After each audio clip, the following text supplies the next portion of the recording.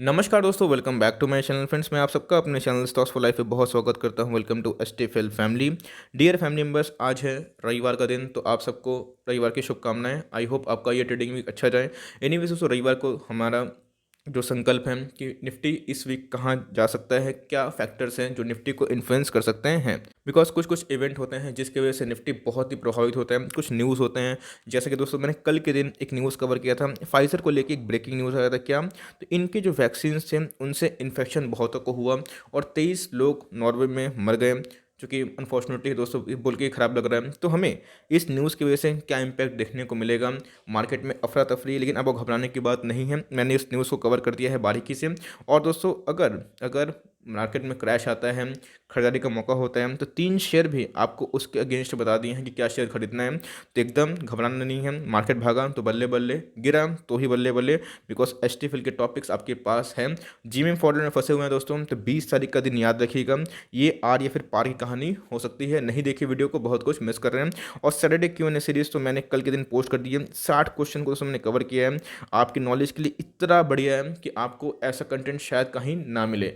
Now without dealing any further time, let's begin. अब चर्चा करेंगे दोस्तों उस पे जहाँ पे इस वीक का मार्केट डिसाइड हो सकता है। पहले का इस निफ्टी 50 का, जो निफ्टी 50 में 50 आपको स्टॉक्स आते हैं पता है, उनका चार्ट देख लेते हैं। तो लास्ट डे की बात की जाए तो हमें 1% डाउन साइड देखने को मिल रहा है।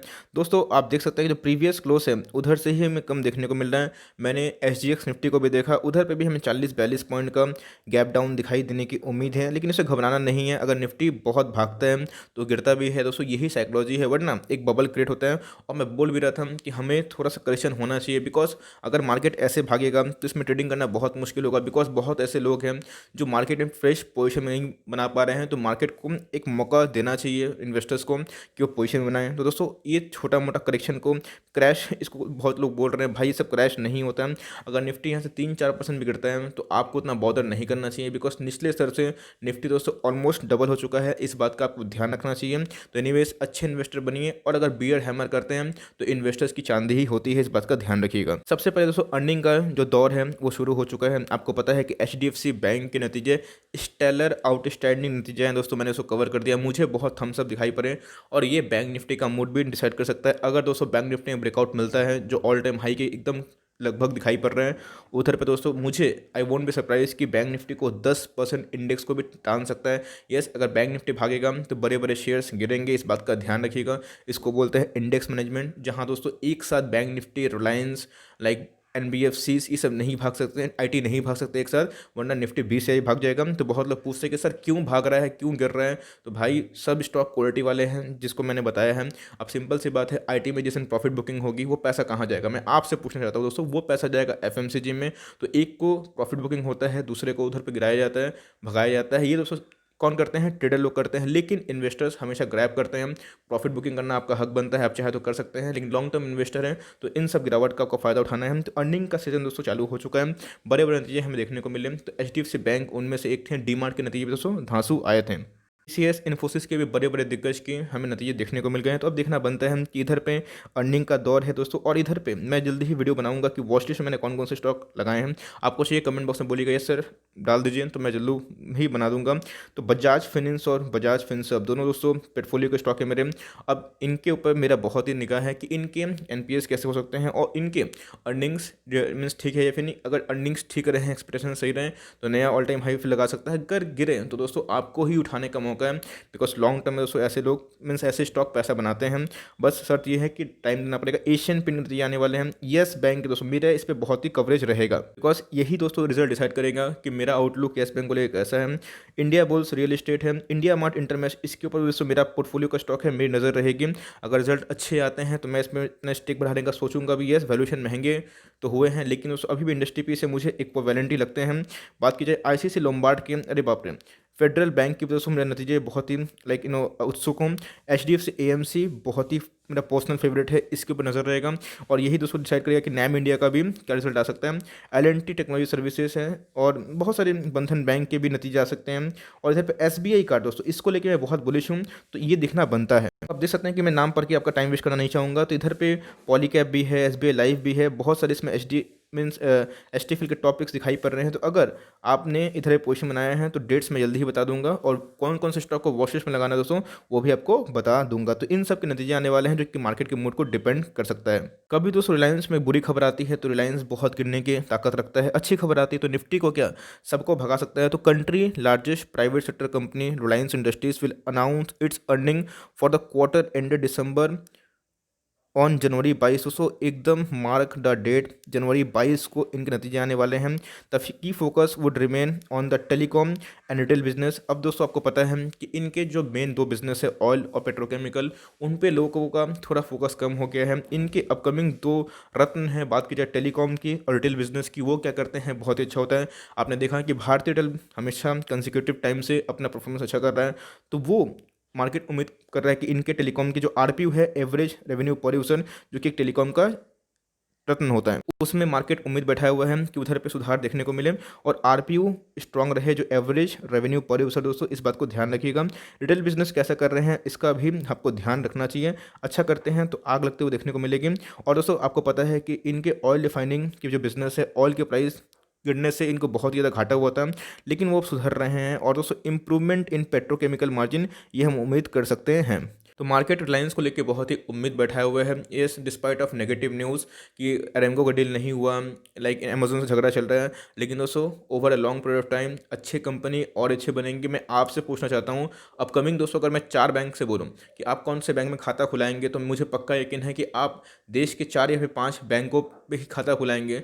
दोस्तों अगर खाता 4-5 बैंकों पे ही खुलवाते हैं तो निवेश येस बैंक में क्यों करते हैं, निवेश कोई XYZ बैंक पे क्यों करते हैं। मैं दोस्तों किसी को गलत नहीं बोल रहा हूँ, इधर पे ये बात समझनी चाहिए कि अगर आपके अच्छे खाते हैं दोस्तों, जो जिस बैंक पे आप बहुत भरोसा करते हैं, जिनके फिनेंशियल्स अच्छे हैं, जिन पे लगता है कि नहीं देश के नंबर 1 बैंक्स में से हैं, उनके रिजल्ट अच्छे आ रहे हैं, तो उन सब पे निवेशित रहिए। तो और उन सब के नतीजे ही दोस्तों अच्छे होंगे, तो वही बैंक दोस्तों आपको आने वाले टाइम में और बड़े होते जाएंगे। आपको पता है कि rich gets richer and poor gets poorer, यही दोस्तों दुनिया की कहानी है। एनीवेज बड़े नतीजे दोस्तों हमेशा मार्केट इंतजार करता है और मेरे पोर्टफोलियो का स्टॉक है और मैं इसको लेके बुलिश हूँ दोस्तों। मेरा टारगेट आने वाले 3 से 3.5 सालों में 4000 या फिर 4200 का है। रिलायंस को दोस्तों मैंने इधर पे टारगेट दिया है और मैं रिलायंस को इधर से यहाँ पे देखता हूँ अपकमिंग 3 ईयर्स में। फाइजर के न्यूज़ ने तो मूड खराब कर दिया, लेकिन दोस्तों उसमें कोई हिडन बात था, आपको कोई नहीं बताएगा। लोग पैनिक फालतू को मचा रहे हैं, आपको पैनिक नहीं करना चाहिए। जब तक दोस्तों निफ्टी 13,800 के ऊपर है, मैं दोस्तों उसको लाइक एक माइनर से करेक्शन ही समझूंगा, बिकॉज इतना निफ्टी भागा है तो इतना दोस्तों सहना पड़ेगा, वरना स्टॉक मार्केट में आप सोचेंगे कि हर दिन पोर्टफोलियो हरा रहेगा, ऐसा नहीं होता है। वहाँ दोस्तों आपको एक बबल फॉर्म होता है। तो आपको पता है कि 16 तारीख से हमारे प्राइम मिनिस्टर ने इस ड्राइव को चालू कर दिया है और दोस्तों ये चीज़ बहुत ही इंपॉर्टेंट है, ये एक सकारात्मक है। और इधर पे हमें एक लाइक अंदर से अच्छा फील आ रहा है कि चलो वैक्सीन का ड्राइव शुरू हो गई है, तो ये मार्केट के मूड को ठीक रखेगा। लेकिन अगर ग्लोबल मार्केट से ही एक वैक्सीन को लेकर खराब न्यूज़ आ गई, और दोस्तों ये जो वैक्सीनेशन न्यूज़ भगवान ना करें अगर खराब आती है कि इनमें कुछ रिएक्शन देखने को मिल रहे हैं, तब मार्केट को गिरने का एक बहाना हो सकता है। लेकिन आपको डरना नहीं है, एसटीएफएल के सुपर टॉपिक्स में आपको निवेश करना है, जैसे कि मैंने बता दिया है। बजट को लेकर बोल रहे हैं बहुत दिन कि सर कवर करिए। जी हाँ, मैं बजट को लेकर कवर करूंगा, बिकॉज बजट 1 फरवरी को आप देख सकते हैं हमें निर्मला सीतारमण जी लाते हुए देखने को मिली। बहुत दिन बोल रहे कि सर IRFC का IPO और इंडिको पेंट का IPO कैसा हो सकता है। देखिए बजट का न्यूज़ के ऊपर डिपेंड करता है, 10 में से 8 बार बजट के अनाउंसमेंट के बाद कुछ ना कुछ गिरावट होती है। भाई पैसा रेडी रखना है और उसमें लपकना है, इस बात को ध्यान रखिएगा दोस्तों। हम बहुत दिन से देख रहे हैं और बहुत मेरा एक्सपीरियंस भी हो चुका है, बजट के टाइम हमेशा मार्केट गिरता है, उसको लपकना है। बिकॉज आपको अच्छे से याद है पिछले बजट के टाइम में निफ्टी 12,400 का हाई लगा रहा था, बजट आया निफ्टी 10,600 का बॉटम लगाया। उसके बाद आप देख सकते हैं कि इधर पे हमें क्या देखने को मिला, एक तरह का रिवर्सल देखने को मिला। तो ये एक मौका होता है, मीन्स मार्केट को बहुत ज़्यादा हाई एक्सपेक्टेशन होता है, हमेशा गवर्नमेंट दोस्तों वो मीट नहीं कर पाती, कोई भी देश की गवर्नमेंट की मैं बात बोल रहा हूँ। तो आपको इस बात को समझना चाहिए कि क्वालिटी स्टॉक में निवेश करिए, टेंशन मत लीजिएगा। और इस तेज़ी में भी दोस्तों जो स्टॉक का परफॉर्मेंस सही नहीं है, तो मैं आपसे पूछना चाहता हूँ कि वो स्टॉक आपके पोर्टफोलियो में क्या कर रहे हैं। बाउंस आता है इमिडिएटली निकलिए, और जो मजबूत कंपनी है दोस्तों लॉन्ग टर्म का निवेश करिए, स्पेकुलेशन मत करिए। स्पेकुलेशन करते भी हैं, अपने वेल्थ का 5% से ऊपर स्पेकुलेशन मत करिए, जहाँ पे आपको उसको लेके श्योरिटी नहीं है। तो बजट को दोस्तों लेके मैं बहुत ज़्यादा एग्रेसिव हूँ और मैं जल्दी ही उन सेक्टर पर वीडियो बनाऊंगा, लेकिन आप 3 सेक्टर पर ध्यान रख सकते हैं कि इनको लेके न्यूज़ आ सकती है। एक है दोस्तों इंफ्रा, जिसमें लार्सन एंड टुब्रो इन सब आते हैं दोस्तों। दूसरा है रेलवे के ऊपर भी एक न्यूज़ आ सकती है, जिसमें IRCTC है, राइट्स है, RVNL है, आपको पता है बहुत सारे, इवन IRFC का IPO भी आ रहा है। और तीसरा दोस्तों जो मुझे लगता है कि आपको पता है कि एग्रीकल्चर को लेके गवर्नमेंट बहुत एग्रेसिव है, तो बहुत सारे केमिकल्स के स्टॉक भी से ड्राइव हो सकते हैं। और डिक्सन पे दोस्तों थोड़ा ध्यान रखिएगा, एम्बर पे थोड़ा ध्यान रखिएगा। अगर मेक इन इंडिया प्रोजेक्ट से इनको कुछ रिलीफ अगर मिलती है तो इनके शेयर्स में भी आग लगना तय है। तो भाई मार्केट मस्त तो IPO ही मस्त, लेकिन IRFC का प्रीमियम हमें ठीक दिखाई नहीं पड़ रहा है। लेकिन दोस्तों ये STFIL का टॉपिक है, लॉन्ग टर्म निवेशक एकदम दबोच लेना है, घबराना बिल्कुल नहीं है। मैं आपको एक बात बताना चाहता हूँ, ये पहली कंपनी है जिनके कोई NPA नहीं है।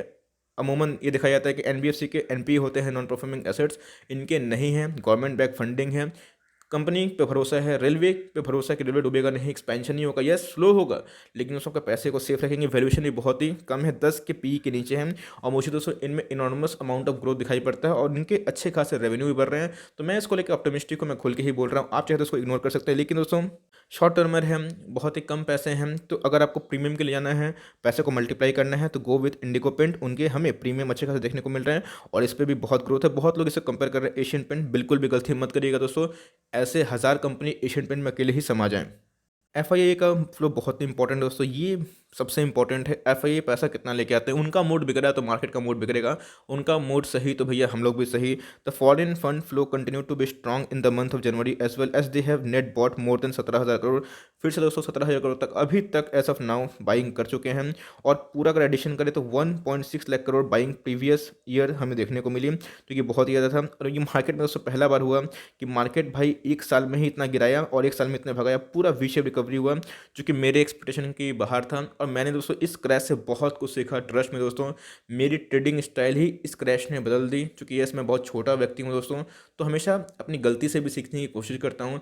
इस क्रैश ने मुझे एक चीज़ सिखा दिया कि फंडामेंटली स्ट्रॉन्ग कंपनी पे निवेशित रहें, अपना कन्विक्शन को सही रखें। मार्केट में जो हल्ला हो रहा है उसको छोड़िए, बिकॉज मार्केट में दोस्तों आपको हल्ला करवा के आपसे माल छीन के आपको लॉलीपॉप पकड़ाया जाता है, इस बात को ध्यान रखिएगा। तो भाई वैसे बियर से वैसे काटल से बच कर रहिए, और जहाँ पे आपको एमओएस मिलता है, STFIL एमओएस, वहाँ पे निवेश करिए और बिंदास पैसा कमाइए। निवेश FII का नेट फ्लो अच्छा दिखाई पड़ रहा है, इस पर आपको ध्यान रहना चाहिए। अगर FII बेचते हैं तो ऑफकोर्स DI खरीदेंगे। अब देखना बनता है कि मार्केट को DI कितना सपोर्ट करते हैं। कुछ की कॉर्पोरेटेशन हमें देखने को मिल सकते हैं, जैसे SCL टेक का कुछ डिविडेंड अनाउंसमेंट है, CSE का भी कुछ डिविडेंड है, विप्रो का भी दोस्तों कुछ डिविडेंड दिखाई पड़ रहा है। तो इन सब को लेकर एक मार्केट में अफरा तफरी मच सकती है। ग्लोबल क्यूज की बात की जाए तो बहुत ही डिसाइसिव ये मंथ होने वाला है दोस्तों, बिकॉज जो बाइडेन नए प्रेसिडेंट बन चुके हैं और इधर पे 20 जनवरी को वो शपथ लेंगे। तो ऑफकोर्स वो चाहेंगे कि मार्केट भाई नेगेटिव रिएक्ट ना करें, वो कोशिश करेंगे कि मार्केट का मूड सही रहे। स्टिमुलस तो उन्होंने अनरिवील्ड कर दी है कि 1.9 ट्रिलियन का स्टिमुलस देंगे। इतना दोस्तों फेड पैसा छाप रहा है। मैं सोच रहा हूँ कि आपको इकोनॉमी की भी क्लास करवाऊँ दोस्तों, जहाँ पे आपको ये समझ में आना चाहिए कि फेडरल के पास फेड रिजर्व के पास इतना पैसा क्यों है कि हमेशा नोट छापते रहेंगे, बिकॉज और सब कंट्री इनके पीछे क्यों हैं, और इतना जो स्टिमुलस दे रहे हैं तो उसकी भरपाई कैसे होगी, इसके ऊपर भी दोस्तों बहुतों को डाउट है इन्हों। तो मैं इसको इकोनॉमिक्स बैकग्राउंड से समझाने की कोशिश करूंगा। लेकिन एनीवेज आप देख सकते हैं कि 20 तारीख को इनके शपथ है और डोनाल्ड ट्रंप भाई निकलेंगे यहाँ से और बाइडेन साहब आएंगे। तो मार्केट को बहुत ही उम्मीद है कि कुछ नया लाएंगे, जो कि दोस्तों एक साइकोलॉजिकल बात है कि कुछ चेंजेस आता है तो हमें भी देखने में अच्छा लगता है, मार्केट को उसको लेकर होप दिखाई पड़ता है। तो एनीवेज हमें जो बाइडेन का शपथ देखने को मिल सकता है। टेक्निकल व्यू बताने से पहले आप देख सकते हैं कि कुछ इवेंट्स हैं। आप देख सकते हैं कि US के, यूरो एरियाज के, जापान के क्या क्या मॉडरेज फॉटरेज हैं, इनिशियल जॉब के लिए हमेशा होते रहता है दोस्तों US में हर बृहस्पतिवार को। तो इन सब पे ध्यान रखना चाहिए। इधर पे अगर आप ग्लोबल मार्केट को ट्रैक करते हैं तो आपके लिए है, वरना आप इसको इग्नोर भी कर सकते हैं। ओके दोस्तों, तो फटाफट आप देख लेते हैं कि इधर पे क्या कंडीशन इमर्ज हो रहा है। तो अगर दोस्तों मैं आपको दिखाऊं रफली मोटे मोटे 1 डे के चार्ट पे, इधर पे भी एक गलत न्यूज़ आई थी। अब देख सकते हैं ना, इधर पे मार्केट 3-4% गिरा था, इसका फिर मार्केट भागा। तो जब तक दोस्तों मार्केट में FII की कृपा है, आपके सर पे हाथ है कि लो बेटा हम खरीद ले रहे हैं, तब तक घबराने की बात नहीं है। अब वो कंटिन्यूसली एक बल्क में बेचना शुरू करते हैं तो घबराने की बात है, लेकिन देखना बनता है कि DIA मार्केट कैसे सपोर्ट करते हैं। अभी की बात की जाए तो ये दोस्तों बहुत ही ह्यूज सपोर्ट है, और अगर मैं सोचता हूँ कि अगर ये सपोर्ट टूटता है तो 14,200 ये इसके अल्टीमेट सपोर्ट बन सकते हैं।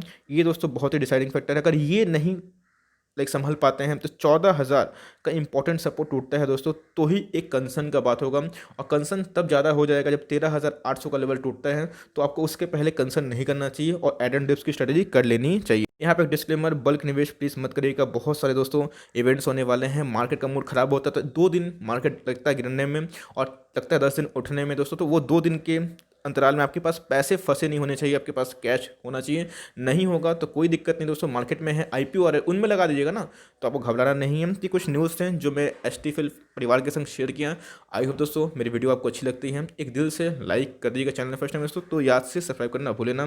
फर्दर कोई डाउट है उसको याद से ड्रॉप करिएगा सर जी, मैं ज़रूर उसको कवर करूंगा। और कोई स्टॉक का रिव्यू चाहिए उसका नाम भी जरूर ड्रॉप करेगा, would love to make a video on it. मिलते हैं जल्दी ही, तब तक के लिए bye. Thanks for watching friends, God bless you all.